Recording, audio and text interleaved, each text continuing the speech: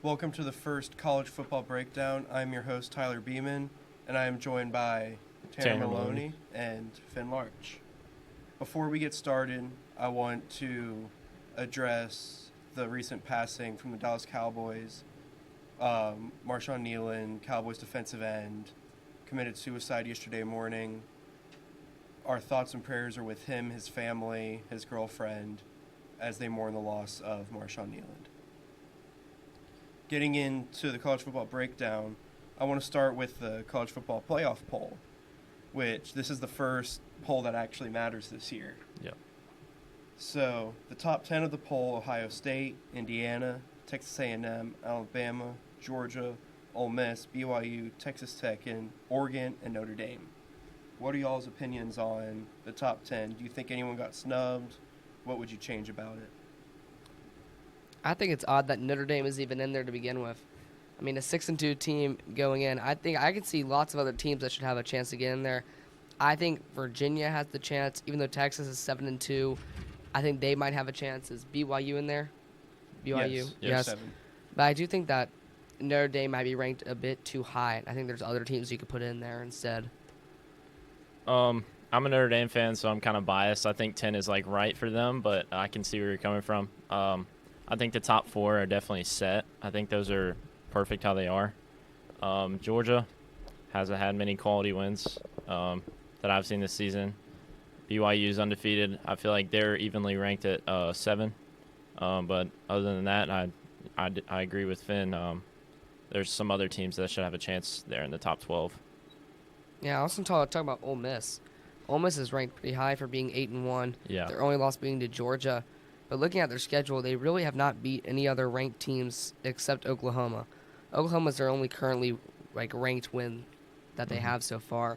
And I think that might put them at a bit too high at 6. But I don't think they're going to make a very big run in the playoffs if they even get in. I think Oklahoma being ranked at 12 is a little bit too high for them. I agree. They haven't been playing well, especially since John Mateer's come back. They have 2 losses. He hasn't been playing particularly well. And a team like Virginia or Louisville, I feel deserves to be ranked over Oklahoma, being only 1-loss teams. What do y'all think about that? I think that Oklahoma should have a close game with Auburn. I don't think they should be really high in the college football playoffs. But I do think that Virginia has earned their spot. Just before this, me and Tyler were talking that Virginia is 8-1 somehow. I had it in my mind or something that they were 4-4, and then beating FSU was a really big upset win.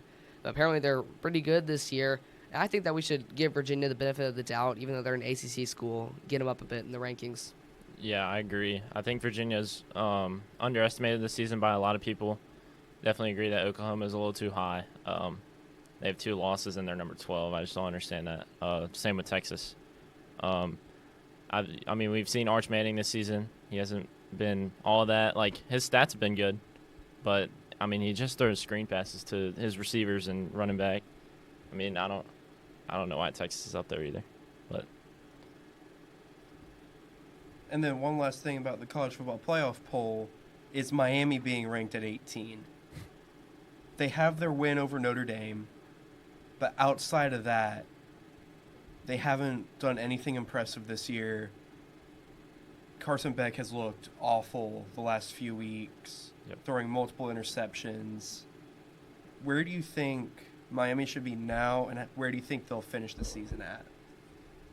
I think Miami shouldn't be ranked right now because their 2 losses aren't very good. I don't think Carson Beck is a Heisman candidate quarterback. I did think that after he played Notre Dame, they won that game, but their recent losses have not been good. So I think at the end of the season, I think they'll win out, but I think they finish at where they are right now, 18.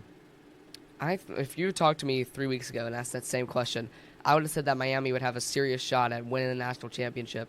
I had them as one of my favorites early in the season and going into this. But these last couple games have not been great for them. I know they just dropped a loss to an upset team.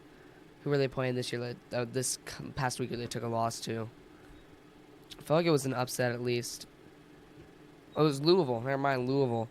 Which I guess isn't much of an upset anymore. But yeah, I had high hopes for Miami, and they've kind of fumbled that, I guess. They've been down these couple past weeks. And I don't think that they should be ranked either. If a team drops 2 straight losses and they're bad losses, I don't think you put them in. No. Especially with their upset loss against SMU. Oh, SMU, that was it. Yeah. Yeah. I don't know why they're still ranked. I get they're a 2-win team, but there are other two lost teams that are better than them, For sure. such as Iowa, Pitt, Washington, just to name a few.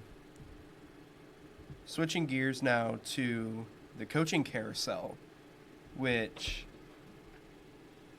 it's been crazy this year with all the firings. The major job openings are Arkansas, Penn State, Florida, LSU, and Auburn. I'll start with, where do you think James Franklin is going to go, and who do you think is going to replace him at Penn State? Now, as an Auburn fan, if James Franklin goes to Auburn, I know he's on that list kind of. I think Auburn will have a 9-win season, but we won't be able to win big games. That'll be our problem. And right now we're just trying to win any games, but if we're not able to win the big games, a good season doesn't matter. And I think James Franklin, he could work at Auburn for a couple seasons, but I don't think he'd be great for a long-term hire, and I really don't know where he would go. Like, what he did with Penn State this year was not great at all, going from preseason number 2 to where he is now, and to replace him. I'm not sure who's going to take that job, but I think whoever's going to do it, Penn State will make a comeback in these next few years. They'll come back after this down year, and they'll find a way to get in playoff contention once again. Yeah, I agree. I think James Franklin would be a great hire for Auburn. It would take them from going 6-6 every year to going something like 10-2, which would be great for Auburn. I think there's going to be a great coach who comes in at Penn State and does good, because there's just a different mentality there at Penn State. It's unlike any other. Like the whiteout games, I mean, that's just something that's in their little curriculum. That's awesome. I think James Franklin will not go to a smaller school. I think he stays in the SEC, one of these big conferences. I don't think he downgrades. But honestly, I don't have a prediction right now for where he's going to go. But if I had to say one, I think Auburn.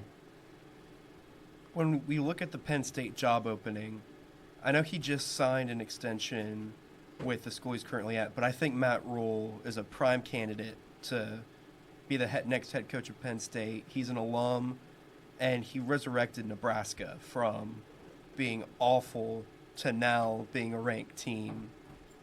I think if you are Penn State, you have to at least give him a call and see if he's interested in the job. Yeah, Nebraska did have a close game with Michigan at least, which is always good if you're able to hang with Michigan. They're ranked pretty highly right now. But bringing Nebraska up, because Nebraska has been on a downfall these past couple years, that's a tough task to do, and that'll show a good coach. Yeah, Rule's done a great job there at Nebraska. And I don't think he'll leave, honestly. I think he stays with them and rides that out. Another huge job opening, LSU. They started the season at number 3, and since that point, they've had ranked loss after ranked loss. They're about to go into Alabama, which isn't going to be particularly close, although I am pulling for LSU. But who do you think would be the best candidate for the LSU job opening? There's a few within the conference that I can see. I can also see James Franklin as a possibility to LSU. I don't think James Franklin would fit as well as an LSU, because LSU, they're still a very top-tier SEC program. Historically, they've been very good. These past couple of years, they've been pretty good. They're not, like, super bad, but they've been working hard, and they normally finish in the top 25. So I think having James Franklin there won't do much for them. It's not like the big boost that they need. And I think instead of going with, like, a smaller coach from a smaller school, I guess, like Liberty with Auburn did with Hugh Freeze, I think that they should still go for a bigger coach and just play it safe and not just try to hit the lottery, or else they'll be paying the bad results if they get it wrong. Yeah, I think James Franklin could go there, but like you said, I think he wouldn't do much for them. I think they'd stay at like 8-3 or whatever they go every year. But that's one of those big name schools that I think James Franklin could go to, like I was saying. But right now I'm thinking John Sumrall from Tulane may go to LSU or Auburn. But that's my candidate right now for LSU. And I think that's a great fire. Brian Kelly hasn't proved anything while he was at Notre Dame or LSU. I don't think he's a good coach at all, but I congratulate LSU on firing him. Do you think Brian Kelly goes to another school, or do you think that with his massive buyout that he's just going to retire? I don't think a school is going to want him. Maybe if John Summerall were to leave, he could bounce in somewhere at like Tulane, but I think he's too cocky for that. And I think he stays at some bigger school. But he could definitely ride it out.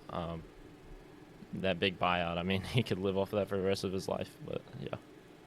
If Brian Kelly was going to go somewhere, I'm not sure there'd be any top-tier SEC, Big Ten, like those types of schools that would be able to accept him.